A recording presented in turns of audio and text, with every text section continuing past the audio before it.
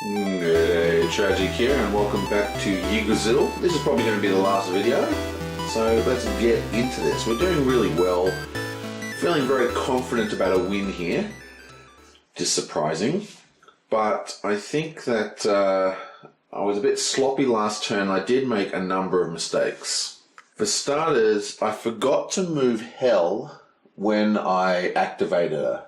So I did the card and everything, and I, removed the token, but I forgot to actually push her up one, which means that when Ningog moved, or however you pronounce that, the snake, it would have actually moved the dog with. So that is what the stage looks like, which is a lot scarier. Also, I forgot about Mangi's power, so the two Vikings he used actually gets placed back in a bag. So we're just going to grab two Vikings from here and put them in the blue bag. And apparently I can't count because Vidar took 4 actions instead of 3, so we're just going to take back that elf.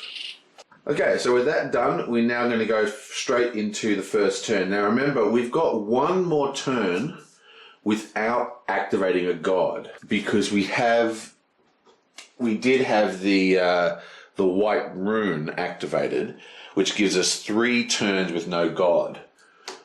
So this is the last one of those turns. So it is Mangi's turn, and what we want to do here is basically, I'm pretty sure Hell and the dog both have 2 movements.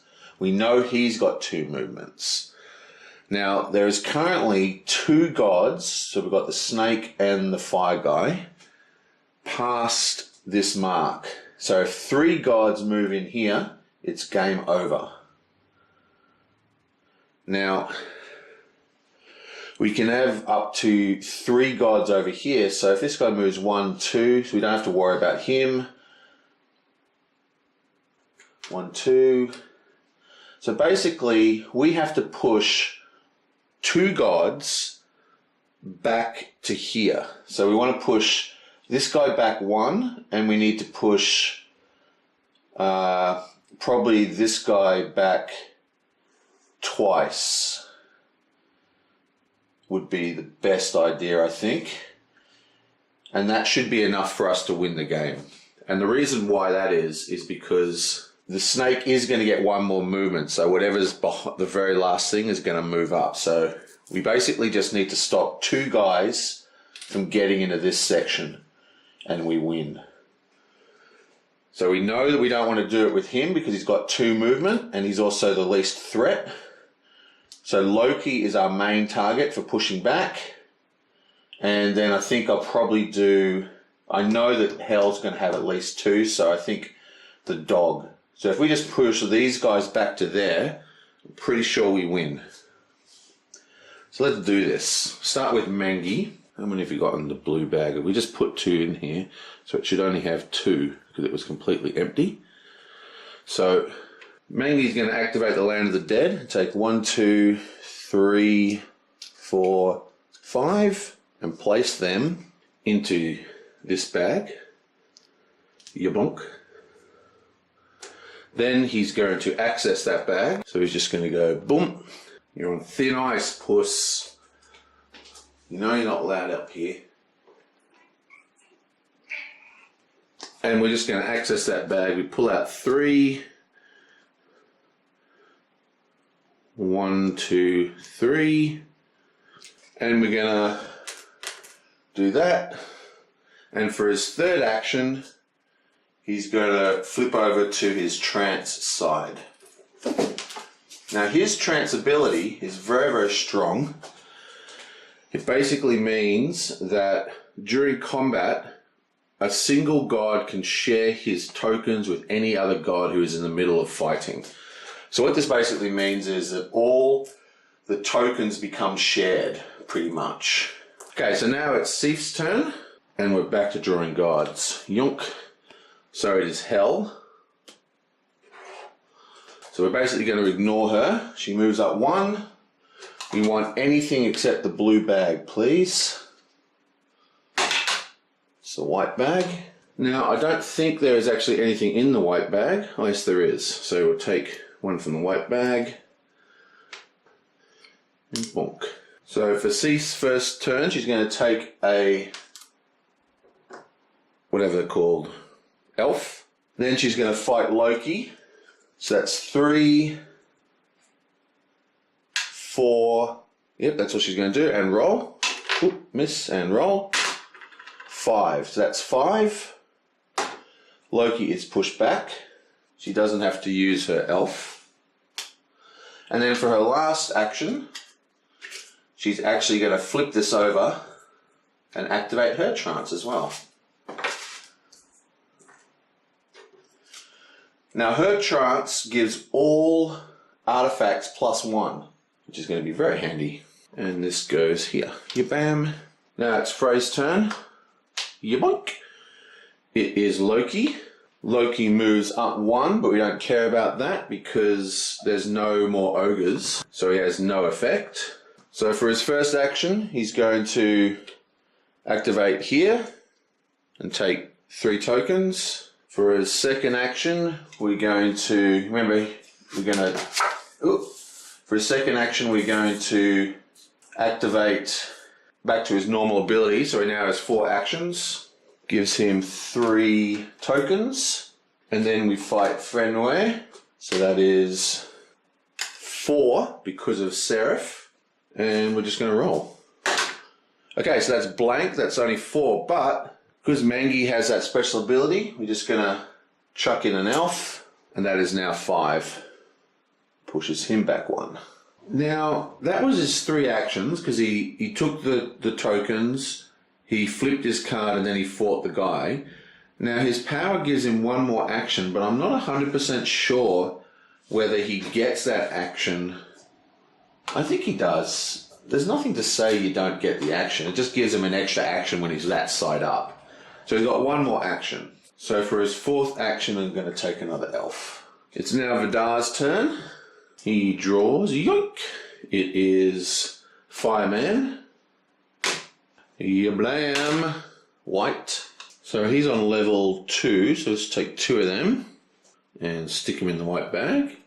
For his first action, he's going to go to the artifact deck and take the level 1 chain. So that is actually worth +2 at the moment because of Seth's ability. Then he's going to attack the dog. Actually, no, he's not. He's going to take an elf.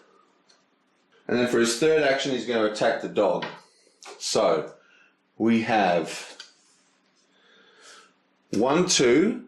His special ability allows him to discard elves for 2 axes at the start. So that's 3, 4. And then we roll. That's definitely a hit. So, boom. And I think we just won. He goes here. This guy gets discarded. And now it is Frigg's turn. Flip. Oh, flip. It is the snake. We got 2 of them coming, I think in a row. So snake moves up 1. Probably want to get... Okay, so this guy rolls. It's the black. So goes back to the rainbow bridge. The black is already sunk. Now we have 3 turns for good old Frigg here. So Frigg is going to access here and take the other Loki sword, level 1.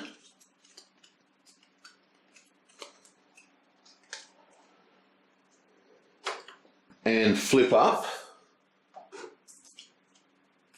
And then for his third action, we're using the weapon, which is a 2. And using Mangi's ability, 1 god amongst all the gods can trade items. So we're going to use Odin. And we're going to spend 2 of these guys and hold elf in reserve. So that's 1, 2, 3, 4, and a roll. 5. And back he goes. Yonk. And Frigg finally gets to hit someone. Let's go over here. And finally we have Odin's turn. Flipperuncy. It's the snake again. Remember, we know the order because last turn we activated this to rearrange the top 6 cards. So this guy moves again. White bag is sunk. Bink. And he is going to... I guess he's just going to roll versus Loki, just for fun. Oh, why not? Yeah, may as well. Who cares? So, he's going to roll versus Loki. He hasn't got any weapons. We're going to take 1, 2, 3, 4 from Frey. And roll. Blam, 5. And Loki goes back 1. Yoink. Now, that would normally be game over, but because we did that move that allowed us to have 3 turns without drawing a card, we've got 3 cards left. But I am absolutely certain we're going to win this game, so I'm just going to reveal these and move the gods and see what happens. So it's Mangi's turn. Snake. He moves up 1. Let's drag up Loki.